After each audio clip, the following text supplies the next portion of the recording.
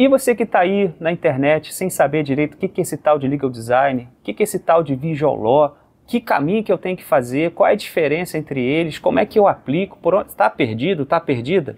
Vem aqui que a gente vai falar um pouco mais nesse vídeo.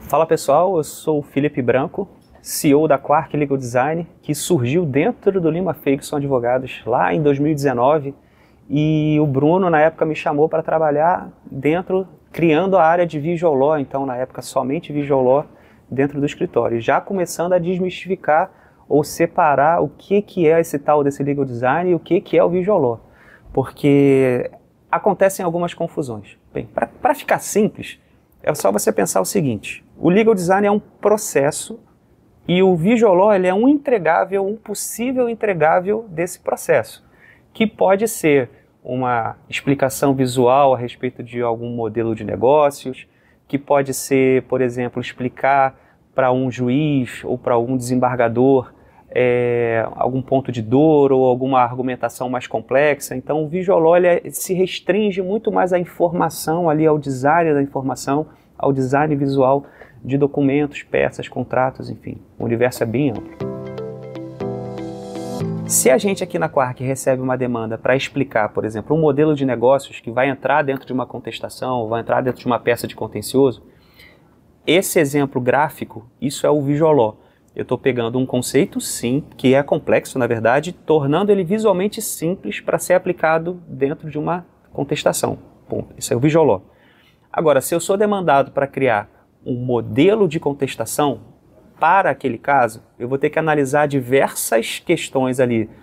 Qual é o perfil de julgado daquilo, quais são as questões que estão envolvidas, quais as estratégias que tem ali. Eu não vou focar simplesmente em explicar um elemento, e sim construir um conjunto de elementos que vão resultar numa contestação. E o Visual Law é um dos elementos que vão estar ali dentro. E isso até ajuda a gente a explicar, por exemplo, a diferença entre um template e um projeto de Legal Design. Qual é a grande diferença? O template ele não passou por algumas etapas de maturação para que você tenha algo que seja customizado. Não estou dizendo que ele é bom ou ruim, não é tanto essa questão. E sim que ele é algo que você vai usar, mas que ele não tem uma função definida para a sua finalidade. É algo que eu vou usar para várias coisas que podem servir, enfim, N possibilidades. Enquanto que quando a gente estrutura um projeto de Legal Design, a gente pensa nele naquele contexto de uso específico. Ainda que eu possa, por exemplo, criar um template para um volume grande de casos que se repitam, mas eu preciso entender, por exemplo, como é esse padrão, e aí já entra em alguns níveis de pesquisa que o template não vai te atender. Lógico, para cada caso pode funcionar um ou outro, não tem um certo e um errado, não tem um melhor e um pior, como quase tudo no design e na advocacia, tudo depende e é sempre uma escolha que a gente pode fazer em conjunto. O Design Thinking ele é uma das metodologias dentro do design, que ela foi adaptada e é muito difundida no universo jurídico, que ela ajuda a gente a perceber as etapas que precisam ser cumpridas dentro de um projeto para que a gente chegue ali no final. Então a gente começa numa fase de pesquisa, ou de empatia, ou de descoberta, dependendo da forma como você aprendeu, que a gente vai caminhando para de repente definir ali, conceituar qual é o problema que a gente vai resolver, e eu vou passar para uma área onde eu vou criar protótipos e testar até no final onde eu vou implementar. Isso é o Design Thinking. Só que ele, na verdade, ele tem algumas falhas, principalmente se você não é uma pessoa que está versada ou é treinada no mundo do design, de escolher, por exemplo, qual é o tipo de pesquisa adequado para fazer, ou qual é a melhor forma, a melhor escolha que eu vou fazer. Os cursos e os ensinamentos de Design Thinking, eles não entram nessa profundidade. Então muitas pessoas às vezes se frustram com essa questão do uso. Então uma recomendação é testar e praticar mais e se inteirar mais sobre processos e sobre metodologias de pesquisa. Pensamento sistêmico é outra coisa que falta às vezes no universo jurídico, que é você conseguir entender que se eu vou mexer na minha contestação, ou se eu vou mexer, por exemplo, num contrato, eu preciso entender tudo que está em volta aqui que vão ser impactados por esse novo projeto. Então é um contrato, eu preciso treinar de novo o meu time comercial, eu preciso de repente mexer ou adaptar a ferramenta que vai fazer a automação disso, a gente ter uma visão mais ampla a respeito das entregas. Então o Design Thinking é um pouco limitador nesse aspecto. porém é uma ferramenta que ajuda muito a gente a entender cadência de projeto. Então, quais as etapas que a gente precisa seguir para aquele projeto acontecer. Então, gerenciamento de projetos, o Design Thinking ele pode funcionar muito bem. Mas para desenvolvimento de projetos, a mão na massa, ele pode te surpreender negativamente se você tentar usar sozinho. Então, uma dica, repetindo, é mergulhe nesse universo que tem bastante literatura e bastante conteúdo a respeito por aí. Olha, tem uma situação que eu falo bastante em algumas mentorias que a gente faz por aí, junto com a Future Law, junto com o Lima Ferguson, que a primeira premissa que a gente tem que ter é que ninguém quer ler. Ninguém acorda um domingo de manhã assim, nossa, que vontade de ler um contrato. Isso não acontece, vamos lá. Então, quando a gente cria elementos visuais dentro do documento, a gente cria junto com isso pontos de atenção e que a gente consegue de alguma forma maximizar ou ampliar a possibilidade dessas informações serem vistas e interpretadas. Daí essa necessidade tão grande, porque quando você começa a comparar produção de documentos no universo jurídico e produção de documentos e textos fora do universo jurídico, seja no marketing, no jornalismo, que são áreas que se apropriam muito mais de elementos visuais, o jurídico ele fica completamente fora desse universo. Então a gente começa a criar pontos de conexão com as pessoas de forma mais interessante, porque todo mundo prefere um documento visualmente mais interessante do que ler uma massa de texto. Então o Legal Design e o Visual Law vem cumprir essa lacuna de colocar o universo jurídico na mesma prateleira de outras áreas que já usam o design da informação de forma mais ampla e sem restrições. Legal Design e Visual Law são essencialmente textos. Textos com suporte visuais, mas são textos. Então, se o texto continua sendo difícil, se o texto continua sendo cansativo, se continua sendo muito texto, o seu projeto ele tende a não ter o máximo da sua capacidade ali de conexão com as pessoas. Então, precisam ser textos mais curtos, na ordem direta, frases menores, sem usar termos e jargões do jurídico que não sejam necessários. Um exemplo de coisa que a gente não consegue, às vezes, substituir juros de mora, por exemplo. Eu não consigo encontrar um substituto que vá cumprir a função técnica desse termo. Mas se eu preciso usar o termo, eu explique esse termo para que ele serve, para que a gente consiga promover um acesso maior das pessoas à informação. O universo jurídico ele é um ambiente estéril do ponto de vista da diversidade. Quando a gente começa a ver escritórios de advocacia, que são essencialmente homens, brancos, de 40 a mais, ali, que estão já num cargo de sócio, ou 35 mais, normalmente brancos, você percebe que há um problema de diversidade que faz parte desse sistema que bom que está mudando, e o Lima Ferguson está, inclusive, nessa empreitada de mudanças. A gente tem uma restrição muito grande da criação e da elaboração de inovação. E todo o processo de design ele parte de técnicas de inovação, de você observar situações cotidianas e buscar formas de contornar elas ou de melhorar elas de alguma maneira. Então, primeiro ponto que a gente pode começar a pensar é que é um trabalho que precisa ser, no mínimo, de uma dupla, que seja um designer gráfico, um designer da informação e uma pessoa com os talentos de um advogado ou de uma advogada. Para que essa fusão de talentos, essa fusão de competências consiga fazer um projeto mais abrangente. E aí a gente começa a pensar em outros possíveis entregáveis que podem existir dentro de um projeto de legal design, como, por exemplo, sistemas de busca, que aí eu já consigo envolver programadores, pessoas que têm essa skill mais tecnológica. Eu consigo pensar em elaboração de dashboards, que eu posso envolver cientistas de dados, que vão analisar a criação de indicadores.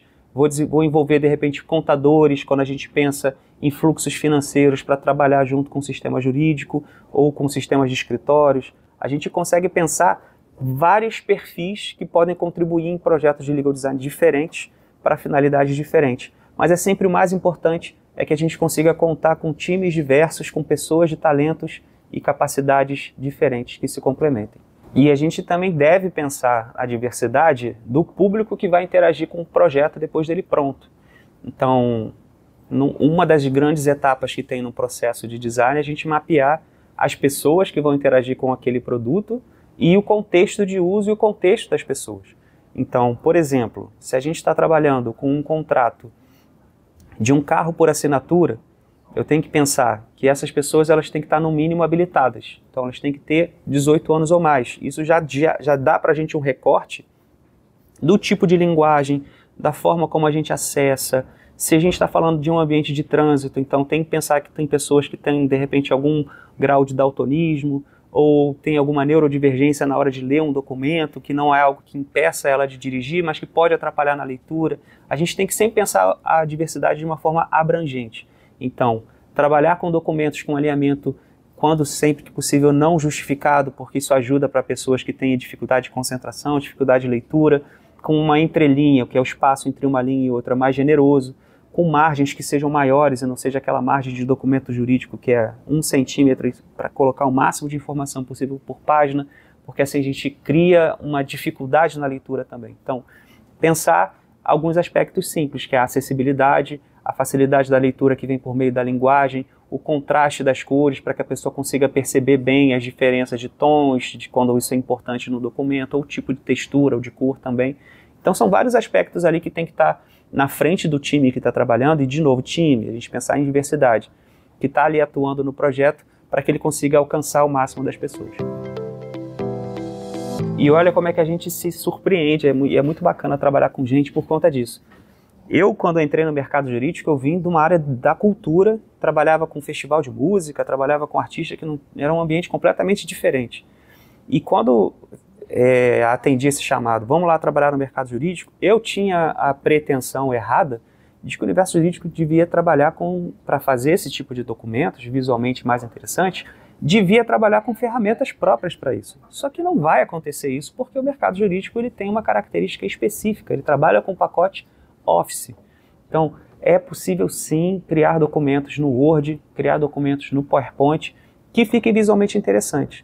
E aí, quebrando um grande tabu, não é necessário grandes suportes visuais para o seu documento ficar acessível, ficar interessante. Pequenos ajustes já funcionam, que você consegue fazer dentro do próprio Word, como, por exemplo, a criação de estilos, que você consegue padronizar, formatação, o aspecto das letras, como é que elas vão ficar, as cores, os espaços, você consegue deixar isso tudo padronizado, que já dá para o seu documento uma cara mais profissional. E a criação dos elementos, você consegue usar tanto o PowerPoint, que já tem elementos internamente para você criar fluxos, linhas do tempo, organogramas, ou você pode partir para o Canva também, que também é uma ferramenta bastante usada nos escritórios e nos departamentos jurídicos. E o mais importante é passar pela linguagem primeiro, antes de pensar no suporte gráfico para aquilo. A linguagem precisa estar acessível, ela precisa ser simples, para que a partir dali você consiga criar um elemento gráfico que complemente aquela mensagem, porque o texto é sempre a parte mais importante para o seu documento ficar acessível. E se você, por acaso, está se perguntando, mas como é que eu vou saber se o meu texto está acessível ou não? Como é que eu vou saber se eu estou usando palavras complexas ou não? Existe um site que a gente usa bastante aqui na nossa dinâmica na Quark, que ele se chama legibilidade.com. O que esse site faz? Ele pega 6 indicadores de leiturabilidade e ele vai criando notas a partir disso. E é muito simples de usar. Você vai copiar o texto, vai colar ele no campo e vai mandar analisar. E a partir disso ele vai fazer o cruzamento da informação, que vão ser comprimento das frases, quantidade de palavras em cada frase, as palavras que são mais complexas ou não, e isso é baseado numa nuvem de 5.000 palavras, 5.000 primeiras palavras que as pessoas já sabem, e a partir disso ele vai mapeando o seu texto inteiro e vai marcando para você. Então as palavras que aparecerem em azul são palavras que ele entende como complexas. E isso é muito curioso porque é um exercício de empatia enorme. Porque são palavras que para a gente às vezes são muito simples e são muito comuns e para um grande espectro da população não é. E às vezes você só troca um prefixo, você só troca um sufixo radical, continua o mesmo, e dando aqui como exemplo, por exemplo, inadimplência ou inadimplemento. Inadimplemento, poucas pessoas sabem, mas inadimplência as pessoas já conhecem. E aí quando você pega o oposto disso, que é adimplente, muitas pessoas não conhecem mesmo. Por quê? As pessoas ouvem muito falar sobre inadimplência pelo cenário brasileiro, né, da nossa macroeconomia, as pessoas estão endividadas, mas adimplente não é uma palavra conhecida. Então tem que buscar formas de trocar isso. E aí são outra ferramenta de baixa tecnologia, que é o dicionário, que a gente consegue lá buscar um sinônimo que possa cumprir esse papel, desde que não seja uma palavra que tenha uma função técnica, que aí quando ela tem uma questão técnica ali envolvida do jurídico, a gente não pode substituir e a gente precisa explicar ela na verdade. E dentro dessa ferramenta também, a gente consegue analisar comprimento das frases. Quanto mais curtas as frases forem, mais fácil das pessoas entenderem e tomarem decisões a partir disso. Então essa é a primeira grande varredura que a gente faz com isso. E depois a gente chega às vezes junto com o ChatGPT ou com o Spectre do Sem Processo para fazer essa análise de documentos de uma forma mais focada. E a gente conseguir criar versões, simplificar o texto, criar prompts que vão ser fáceis para a gente conseguir depois chegar em resultados de simplificação adequados. Um exemplo de projeto de legal design que não necessariamente é um visual law e não necessariamente é um documento. Teve um caso de uma empresa da área de fármacos, saúde, entrou em contato comigo para pedir um redesign de um contrato, dos contratos da empresa. E aí a pessoa me explicou, não, porque a gente tem muita dificuldade aqui com os contratos são feios, são ruins e tal. E a primeira pergunta que a gente faz é, mas por quê? O que está acontecendo com o seu contrato? E ele foi me explicar que era o seguinte, a pessoa que era responsável por preencher o contrato era uma pessoa com perfil júnior, não necessariamente tinha formação jurídica, e ela tinha que analisar dentro de uma matriz de Excel, que tinham mais de 500 linhas, com sei lá quantos tipos de contrato diferentes, qual era o contrato que ela precisava preencher para mandar para o responsável fazer a assinatura. E o que muitas vezes acontecia, quando chegava nesse responsável, ele estava com um modelo que não era adequado para aquela finalidade. Então tinha que recomeçar o processo inteiro. E às vezes acontecia também da pessoa que era responsável por assinar não perceber que o modelo estava errado, chegar na mão da outra parte para assinar e assinar o modelo que estava errado. E aí isso podia gerar um problema, poderia virar um processo talvez. Então, o que eu apontei para essa pessoa na época foi assim, mas você consegue perceber que por mais que eu desenvolva o projeto de contrato mais legal que possa existir, a sua dor ela não vai se resolver. Porque ela é uma dor que não é do contrato, ela é uma dor sistêmica, uma dor do processo inteiro. Então, o que a gente sugeriu para ele? Construir uma forma de a pessoa que não tem, de repente, a competência ou o skill necessário para encontrar o modelo, que isso seja simplificado e consiga diminuir a possibilidade de erro. Ou seja, pode resolver a questão por meio do contrato, dele estar bem sinalizado, de repente? Sim, mas o problema é na busca, não é tanto no documento. Então é só aqui um exemplo. Mas a gente consegue também aplicar legal design em vídeos, por exemplo, de explicação. A gente fez um projeto com uma empresa que ela faz financiamento de veículos e eles têm uma dor muito grande que é na parte da negociação em caso de dívida. Então a gente fez um vídeo explicando quais são os processos que a pessoa tem depois que ela assina o documento, em caso de dificuldades financeiras, como que eles têm que fazer para entrar em contato com a empresa para buscar uma renegociação. Esse é um outro ponto.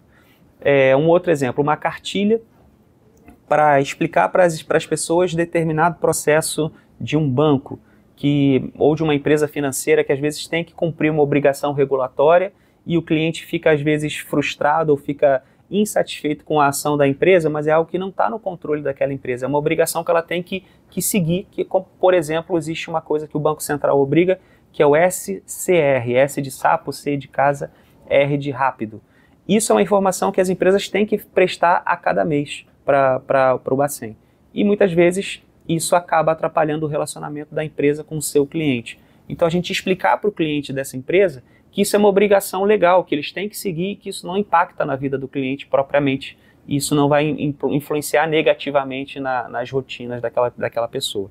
Então são vários casos que a gente consegue perceber que não são necessariamente documentos. A gente fez também, por exemplo, recentemente com uma empresa da área de cosméticos médicos, um quiz que era um jogo que rodou dentro de uma convenção de vendas em que eles puderam aplicar e testar o conhecimento dessas pessoas que eram no nível Latam, então pessoas da América Latina e da norte do nosso continente que estavam presentes, para poder testar os conhecimentos deles a respeito das políticas. E com esses dados, eles conseguirem depois, pontualmente, em cada região, realizar ações de fortalecimento, ou de fortalecimento do conhecimento da política, ou de repente fazer treinamentos específicos para aqueles públicos que estão com alguma deficiência de entendimento. O universo do legal design é super amplo, ele é tão amplo quanto o direito, que a gente pode, no final das contas, é pensar de que maneira a gente consegue simplificar a vida de quem está do outro lado recebendo essa informação jurídica. E se você chegou até esse ponto do vídeo, eu vou deixar aqui na descrição do vídeo alguns links de coisas que eu falei aqui. Então o Spectre, que é a inteligência artificial generativa do Sem Processo, que a gente utiliza aqui para fazer resumos, para fazer simplificação de textos, para criar prompts e treinar esses prompts para refinar, eles ficam todos salvos na plataforma. Também faz transcrição de áudio, de vídeo, de reuniões, enfim. É uma ferramenta super poderosa, a gente usa bastante aqui na Quark, vai estar o link aqui na descrição. E se você também quer saber mais sobre a ferramenta de legibilidade, vai estar também o site aqui embaixo, você pode testar à vontade, é uma ferramenta gratuita e muito poderosa. Se você quer ampliar seus conhecimentos a respeito de Legal Design e Visual Law, eu participo de alguns cursos na Future Law, eu vou deixar os links aqui também na descrição do vídeo, se você quiser aprofundar seus conhecimentos a respeito do tema. E a gente se vê por aí, gente. Um abraço para vocês.